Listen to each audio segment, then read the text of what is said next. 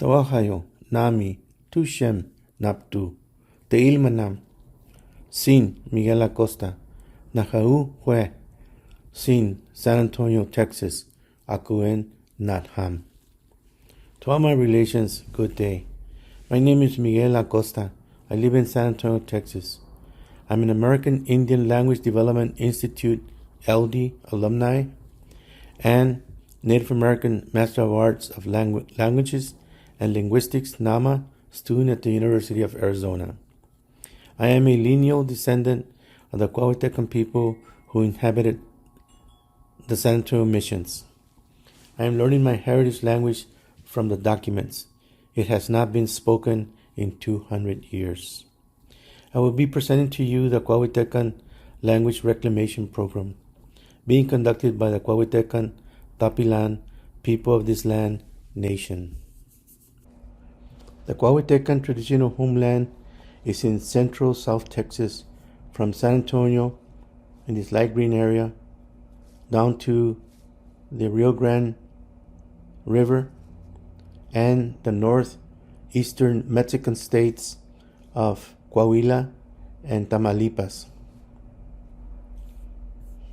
The language was documented by two Franciscan priests, Bartolome Garcia in 1760 and Gabriel de Vergara in 1732. This latter document was not found until 1965 by Eugenio de Hoyos. The Coahuiltecan language documentation consists of these two documents. I'll translate the titles to English. The Manual for the Administration of the Holy Sacraments of Penance, Eucharist, Extreme Unction, and Matrimony, and the Notebook of the Language of the Indian Pajalates. Pajalates is the proper name of the language. It was also the name of one of the nations or tribes that lived in Yanaguana sacred waters, today known as San Antonio, Texas. Garcia referred to the tribes as naciones. These are the language corpus that we know. Here's a picture of the manual or the manual that was written in the Spanish language spoken at the time in the 18th century. You can see the Spanish title, Manual para administrar los santos sacramentos de penitencia, Eucaristía, extrema unción y matrimonio. Da gracias después de comulgar y ayudar a bien morir a los indios de las naciones Pajalates, Orejones, and others. Today, this documentation would be considered to be written in Old Spanish. Let me give you some examples of some of the words that are in there. Afi instead of así, defiado instead of deseado, and espíritu instead of espíritu. We're using the manual to verify the words' meanings and the original orthography, making necessary changes to modern speech. The two American linguists who described and analyzed the documents are John R. Swanton and Rudolph C. Troike. Troike is the leading scholar of Pajalate. He first started writing about the language in 1959 with his dissertation, A Descriptive Phonology and Morphology of Coahuilteco. The linguist phonetics of both of these scholars was very confusing to us when we started to study the language. We grappled with how to pronounce the words. That was one of our major obstacles we had with the descriptions. We decided to go back to the original documents by converting the linguist phonetics to the original words or language, making the necessary changes. The evangelization of the natives was the purpose of the manual. It was standardized and used throughout the Camino Real, the royal road from San Antonio into Mexico. This particular mission is San Francisco de Espada. I found my paternal great-grandmother buried at this mission's cemetery and other relatives in other missions. Cultural reclamation is a process where our people have questioned what scientists have said about our language and our people being extinct.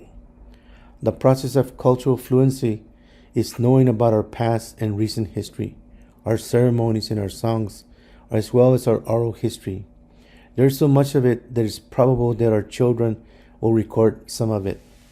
The Pilam Le, people of this land speak, is a language team of community members that have committed to be language learners. There's a big difference between a group of people and a team. We have deliberately been developing the team through team building processes for 4 years, minus the COVID time. They will be our future language researchers and teachers. The language reclamation efforts include identifying and recording our oral history, our prayers, and our songs. Our first words learned through immersion sessions of micro-teaching Learned LD, where our people learned 5 to 7 words per session. These words later became our bingos, charades, and visual mix and match games. Hopefully this year we will videotape some conversations that will include vocabulary and grammar material to be learned. Because of COVID-19, we started to Zoom our language development sessions. In the near future, we are planning to develop language nests in our families. We're also looking at printing an audio-visual written booklet that would go along with the video taping of conversations. So our question is, how do we prepare the scholarly research into smaller chunks of knowledge that our community can digest? By getting as many community members, Tapilam-led team members, to assist us in developing an overall language development strategy and language plans.